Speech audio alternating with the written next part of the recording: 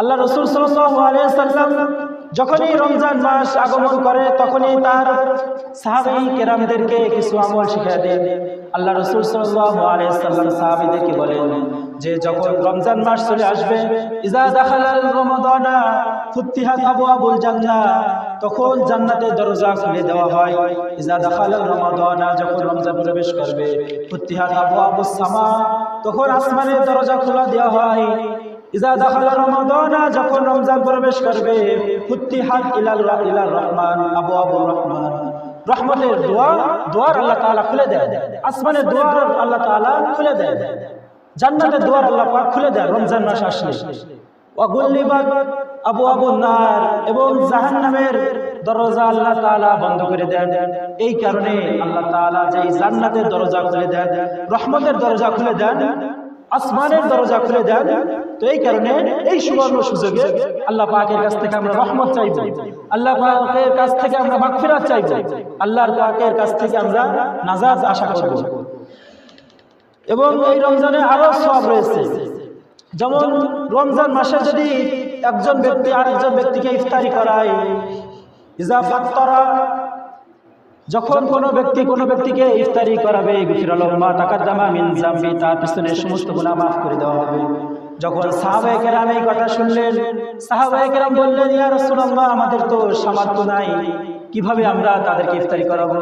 আল্লাহ রাসূল সাল্লাল্লাহু আলাইহি ওয়াসাল্লাম বলেন, মান ফাত্তারা সাইমান শুরিবাত মা, তুমি কি এক গ্লাস পানি দ্বারা ইফতারি করতে পারো না? তুমি তাকে এক গ্লাস পানির মাধ্যমে ইফতারি করাও, যদি তুমি তাকে এক গ্লাস পানি আনার মাধ্যমে ইফতারি করাও, তো ওই ব্যক্তি রোজা রেখে যে সওয়াব আদায় করবে, তুমিও হুবহু ওই সওয়াবের মালিক হবে। তুমি একটা খুরমা খেজুর ওয়ালাউ বিতামারান, যদি একটা খুরমা খেজুর হয়, তাকে তুমি একটা খুরমা খেজুর খাওয়াও, ওই খাওয়ানোর কারণে আল্লাহ তাআলা তাকে যে নেকি দান করবেন, ওই হুবহু নেকি তোমাকে দিবেন। এই কারণে আগের জামানার মানুষেরা রমজান মাস যখন চলে আসতো, তো একজন আরেকজনকে বলে দিত যে তোর বাড়িতে আজকে ইফতারি বানাস না, এমনকি পুরো মাসে তোর বাড়িতে ইফতারি বানানোর কোনো দরকার নাই, আমার বাড়ি থেকে তোর বাড়ি ইফতারি যাবে। তো যাকে বলবে এই কথা, সেও তাকে বলতো যে আমি চিন্তা করলাম আমার বাড়ি থেকে তোমার বাড়িতে ইফতারি যাবে, তুমি এই কথা বলেছো। তো দুইজনে পরামর্শ করে যে ঠিক আছে, আমার ইফতারি তোমার বাড়িতে যাবে, তোমার ইফতারি আমার বাড়িতে আসবে। তো এইটা করলেও আল্লাহ রাসূল সাল্লাল্লাহু আলাইহি ওয়াসাল্লাম বলেন, যদি এইটাও করতে পারো, তাহলে তোমরা ওই ইফতারি যতজন খাবে ওই অতজনের নেকি তুমি একা পেয়ে যাবে। তো এই কারণে রমজানে বাড়িতে বেশি বেশি বাজার করতে হবে। ওই রমজানের বাজার, যে বাজার দ্বারা ইফতারি করা হবে, যে বাজার দ্বারা আপনি সাহরি করবেন, রাতের খাবার খাবেন, তো এই বাজারের ভিতরেও আল্লাহ তাআলা যেই বাজারটি করেছে তার প্রত্যেকটা টাকার ভিতরে আল্লাহ পাক নেকি দান করবেন, তার সাদকা করার পরিমাণ তার সওয়াব দান করবেন। কারণ আল্লাহ তাআলা রমজান মাসে বান্দার কোনো হিসাব রাখেন না। বান্দা যতই পরিমাণ খাবে না কেন, পান করবে না কেন, এক ফুটার পানি বান্দার হিসাব রমজান মাসে আল্লাহ পাক নিবে। কিন্তু রমজান ব্যতীত বাকি 11 মাস যদি বান্দা এক ফুটা পানিও পান করে, তো ওই পানি হিসাব আল্লাহ পাক নিবে। যেই পানি পান করে তুমি কি করেছো, এই খাবার এখন খাবার খেয়ে তুমি কোন কাজে ব্যয় করেছো তোমার সময়টা, তো এর হিসাব আল্লাহ পাক নিবে। কিন্তু রমজানে আল্লাহ পাক এর হিসাব নিবেন না। তো এই কারণে সাহরি করানো যেই সওয়াব, রোজা রাখারও সেই সওয়াব, এই কারণে আমরা সাহরি, মানুষকে সাহরি করাবো। তো আমরা যদি 100 জনকে সাহরি করাতে পারি, তো আমরা 100 জন রোজা রাখার যে সওয়াব, ওই সওয়াব আমি পেয়ে যাব।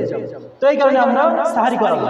আর শেষ যে কথাটা আল্লাহ রাসূল সাল্লাল্লাহু আলাইহি ওয়াসাল্লাম বলেছেন যে রোজা যে ব্যক্তি ইচ্ছাকৃত ছেড়ে দেয় অথবা ভেঙে ফেলে, এক হচ্ছে রোজা না রাখা, আর একটা হলো রোজা রেখে ভেঙে ফেলা, এই দুই ব্যক্তির জন্য কঠিন শাস্তি রয়েছে। তো আল্লাহ রাসূল সাল্লাল্লাহু আলাইহি ওয়াসাল্লাম সাহাবাদেরকে বলেন যে আমি একবার ঘুমাইছি বাইতুল মুকাররম, আমি একবার মসজিদে নববীতে ঘুমাই রয়েছি, তো দুই ফেরেশতা মানুষের বেশে আমার কাছে আসলেন, এসে আমাকে বললেন চলেন আমাদের সাথে এক জায়গায় যেতে হবে।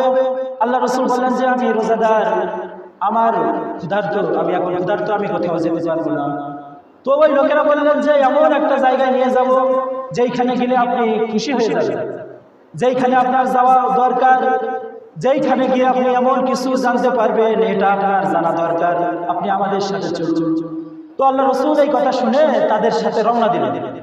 যেতে যেতে বিশাল বড় এক পাহাড়, উঁচু পাহাড়ের সামনে এসে দাঁড়ালেন। এবং ওই দুইটা ফেরেশতা আল্লাহ রাসূলকে বললেন, ওঠেন, এই পাহাড়ে ওঠেন। আল্লাহ রাসূল সাল্লাল্লাহু আলাইহি ওয়াসাল্লাম বললেন যে আমার শক্তি নাই, এই পাহাড়ে ওঠার মতো আমার শক্তি নাই। তারা বললেন যে আমরা আপনাকে সাপোর্ট দেব, আমরা আপনাকে দুইজন কাঁধে করে সাপোর্ট দিয়ে উপরে নিয়ে যাব। তো আল্লাহ রাসূল সাল্লাল্লাহু আলাইহি ওয়াসাল্লাম তখন রাজি হলেন, ঠিক আছে তাহলে এখন চলো। তো ওই দুই ফেরেশতা আল্লাহ রাসূলের কাঁধ ধরে উঁচা করে আল্লাহ রাসূলকে পাহাড়ের উপরে নিয়ে যাইতেছেন। পাহাড়ের মাঝ বরাবর যখন গেলেন তখন আল্লাহ রাসূল সাল্লাল্লাহু আলাইহি ওয়াসাল্লাম কিছু মানুষের হাউমাউ করে চিৎকারের আওয়াজ শুনলেন। আল্লাহ রাসূল সাল্লাল্লাহু আলাইহি ওয়াসাল্লাম ফেরেশতাদেরকে বললেন যে এমন কঠিন মর্মান্তিক আওয়াজ, এমন দুঃখজনক আওয়াজ কারা করতেছে, কি জন্য তারা এত চিৎকার দিয়ে হাউমাউ করে কান্না করে? তো ওই ফেরেশতারা বলতেছে যে ইয়া রাসূলুল্লাহ, এই কারণেই তো আপনাকে এখানে আনলাম, এই জিনিসটা আপনাকে জানাবো, এই বিষয়টা আপনাকে জানাবো বলে আপনাকে এখানে আনলাম।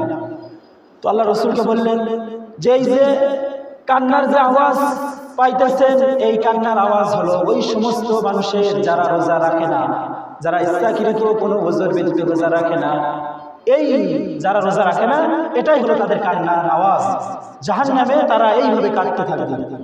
আল্লাহ রাসূল সাল্লাল্লাহু আলাইহি ওয়াসাল্লাম বললেন, আমার উম্মতের ভিতরে যদি কেউ রোজা না রাখে তাকে কি এইভাবে কাঁদতে হবে?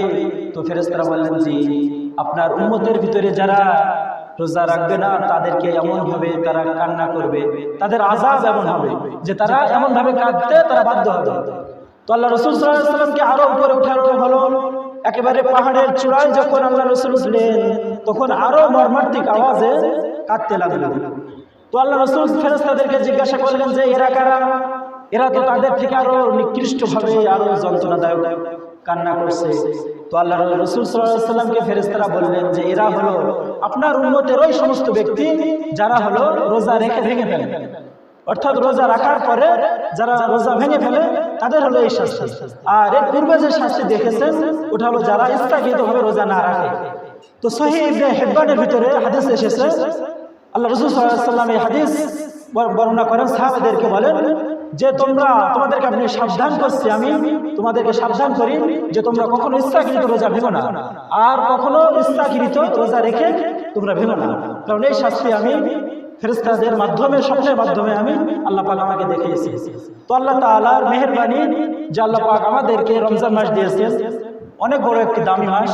এই মাসে কোরআন নাজিল হয়েছে, এই কারণে এই মাসে যত কোরআন পড়বো প্রতিটা হরফে 10টি করে নেকি, এই 10টি নেকিকে 70 গুণ বাড়ানো হবে রমজান মাসে।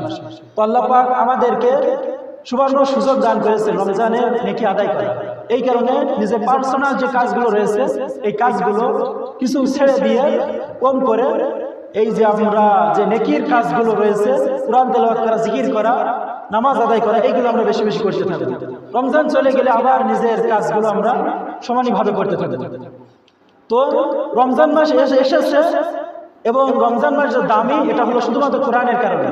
শাহরু রমাদানাল্লাযী উনজিলা ফীহিল কুরআন, যে রমজান মাস দামি হয়েছে কোরআন রমজান মাসে অবতীর্ণ হওয়ার কারণে, নাজিল হওয়ার কারণে।